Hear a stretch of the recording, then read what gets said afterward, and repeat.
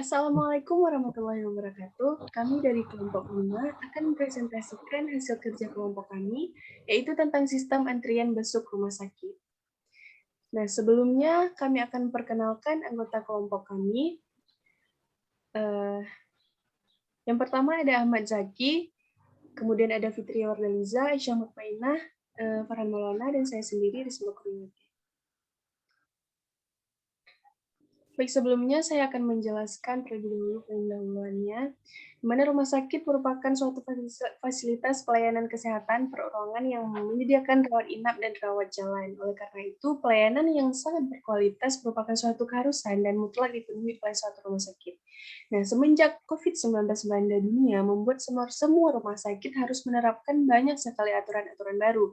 Salah satunya protokol kesehatan, guna menghindari penyebaran dari virus corona itu sendiri.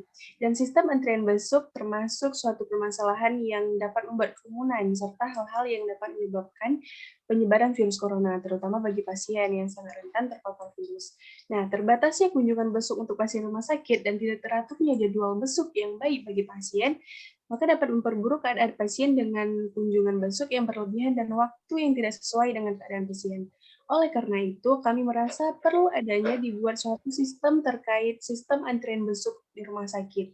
Nah, sistem ini mampu mengatur jadwal penerimaan kunjungan besuk bagi pasien sesuai keputusan dokter yang bertanggung jawab dan memberikan keputusan izin atas kehadiran tamu untuk membesuk. Nah, lanjutan dari tugas yang sebelumnya, kesempatan kali ini kami akan menjelaskan VVC baru, BMC baru, konteks skenario, dan use case dari proyek kami. Yang pertama, ada VPC dan BMC. Untuk VPC dari petugas rumah sakit akan dijelaskan oleh rekan saya, Aisyah Mutmainah. Baik, terima kasih sebelumnya kepada Risma yang telah mempersilahkan saya. Saya akan menjelaskan terkait VPC baru petugas rumah sakit. Nah, mungkin seperti yang sudah saya jelaskan pada presentasi sebelumnya, bagaimana apa saja yang terdapat pada VPC dan apa itu VPC. Nah, mungkin saya sedikit mengulang ya, VPC itu merupakan Value Proposition Canvas, di mana ia adalah alat yang dapat membantu menciptakan nilai pada pengguna. Bertujuan untuk merancang value proposition sesuai kebutuhan pelanggan, sehingga dapat membantu menyelesaikan masalah dari pengguna. Nah, pada VPC baru ini, kami mengupgrade bagian saja, tidak semua, dan kami berfokus pada sebelah kiri, yaitu value proposition. Nah, yang pertama, game creators, di mana yang pertama yang kami upgrade adalah tersedianya jadwal antrian pengunjung pada aplikasi. Yang kedua, mengkonfirmasi oleh petugas di aplikasi. Yang ketiga, aplikasi mencantumkan list pendaftaran pembesuk pasien. Yang keempat, QR code pembesuk akan tersedia pada aplikasi. Selanjutnya pada pen relievers, kami mengupgrade juga tiga Affinity Notes-nya. Yang pertama, memastikan pembesuk datang sesuai dengan jadwal yang sudah tertera pada aplikasi.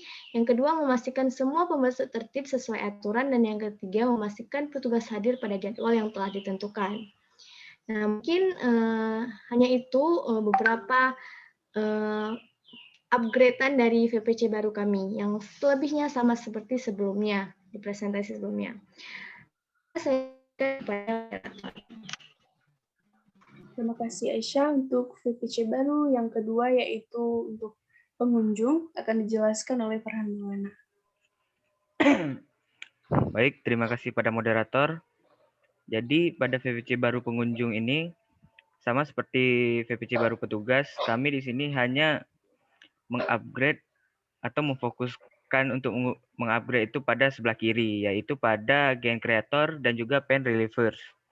Jadi pada Gen Creator di sini pertama ada tersedia QR code antrian besuk pada aplikasi, kedua ada tersedia sistem yang fleksibel pada aplikasi, ketiga ada mendaftarkan diri untuk membesuk di aplikasi, dan yang terakhir ada aplikasi mencantumkan jadwal besuk. Dan selanjutnya pada Pen Relievers, yang pertama ada melakukan besuk pasien sesuai jadwal yang sudah disediakan aplikasi. Yang kedua ada memberikan jadwal terkait informasi membesuk. Dan yang terakhir ada aplikasi otomatis membuatkan jadwal besuk agar pembesuk tidak perlu menunggu terlalu lama. Jadi selebihnya sama seperti VPC baru yang minggu lalu. Jadi hanya ini saja yang dapat saya jelaskan. Saya kembalikan kepada moderator. Terima kasih Farhan. Selanjutnya ada use case diagram yang akan dijelaskan oleh Fikria Wardaniza. Baik, terima kasih kepada moderator. Jadi di sini terdapat use case diagram dari sistem antrian besuk rumah sakit, di mana terdapat dua aktor, yaitu pengunjung rumah sakit dan petugas rumah sakit. Jadi untuk pengunjung rumah sakit, di sini pengunjung rumah sakit dapat membuat akun besuk agar bisa login dan mengakses aplikasi besuk rumah sakit. Kemudian pengunjung akan melakukan login ke aplikasi, kemudian di sini pengunjung dapat melihat jadwal besuk yang tersedia, kemudian pengunjung juga dapat mendaftarkan antrian besuk. Kemudian pengunjung akan memperoleh QR code yang telah berhasil mendaftar ketika mendaftar antrian. Kemudian pengunjung dapat mengubah atau membatalkan jadwal kunjungan. Kemudian pengunjung mendapatkan notifikasi apabila ada pembatalan jadwal kunjungan dari pihak rumah sakit.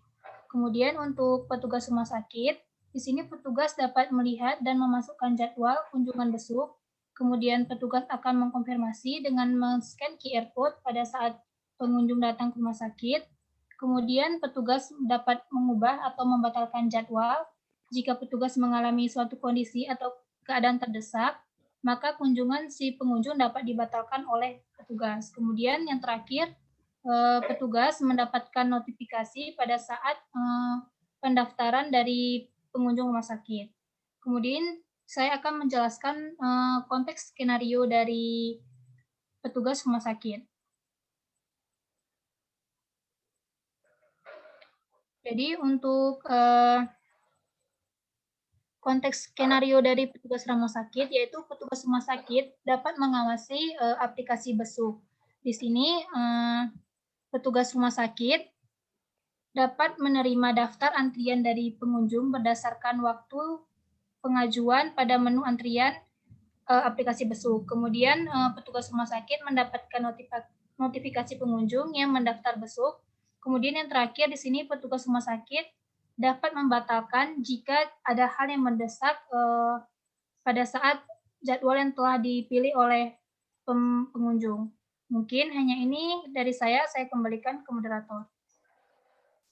Terima kasih Fitria. Selanjutnya untuk konteks skenario pengunjung rumah sakit akan dijelaskan oleh Ahmad Zaki. Baik, terima kasih. Baik, pada konteks skenario pengunjung rumah sakit, di sini nanti pengunjung yang akan mendaftar pada aplikasi. Kemudian pengunjung dipersilakan untuk login pada aplikasi. Kemudian setelah mendaftar, pengunjung diminta untuk mengisi biodata seperti identitas diri pada saat mendaftar pada aplikasi. Kemudian pengunjung dapat melihat jadwal besuk yang tersedia. Kemudian pengunjung dapat membooking jadwal besuk yang diinginkannya. Kemudian setelah pengunjung mendaftar dan memilih jadwal, maka pengunjung akan mendapatkan QR code yang dimana nanti pengunjung men-scan QR code yang dimiliki saat membusuk pada kamar pasien. Pengunjung juga dapat membatalkan via mobile.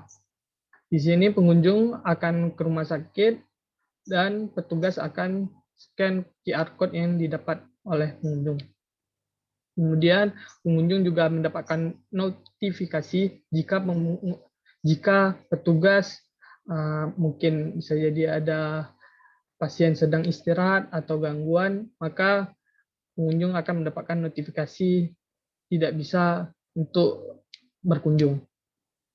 Kemudian pengunjung juga tidak dapat membesuk jika jadwal besuk yang sudah di-booking. Mungkin itu saja yang dapat saya sampaikan. Saya kembalikan ke moderator. Terima kasih Zaki. Selanjutnya BMC baru akan dijelaskan oleh Aisyah Mutmainah. Baik, terima kasih sekali lagi kepada moderator. Langsung saja, seperti yang sudah saya jelaskan juga sebelumnya pada presentasi yang lalu, bahwasanya BMC merupakan bisnis model kanvas yang adalah framework yang mempresentasikan model perangkat lunak. Nah, BMC ini diharapkan bisa cepat mendapatkan pasar dan keuntungan dalam waktu yang singkat. Dirancang untuk memvisualisasikan model perangkat lunak ke dalam 9 blok. Nah, mungkin teman-teman semuanya bisa lihat ya, 9 bloknya itu ada apa saja, ada PPT kami. Nah, pada BMC baru ini kami hanya memperbaiki atau menambahkan beberapa bagian saja, tidak semua. Yang pertama, key partners, di mana kami menambahkan pihak rumah sakit. Nah, terus pada key activities yang sebelumnya hanya 2, sekarang menjadi 4, kami menambahkan yang pertama adalah memastikan aplikasi user-friendly, dan yang kedua, mengobservasi permasalahan. Nah, selanjutnya pada cost struktur, kami menambahkan adanya biaya produksi. Nah, mungkin hanya itu yang dapat saya sampaikan terkait BMC baru. Selebihnya sama seperti presentasi sebelumnya. Saya kembalikan kepada moderator. Terima kasih, Aisyah. Nah, mungkin itu saja penjelasan dari tugas yang telah kami buat. Lebih dan kurang, kami mohon maaf. Terima kasih atas perhatian. Assalamualaikum warahmatullahi wabarakatuh.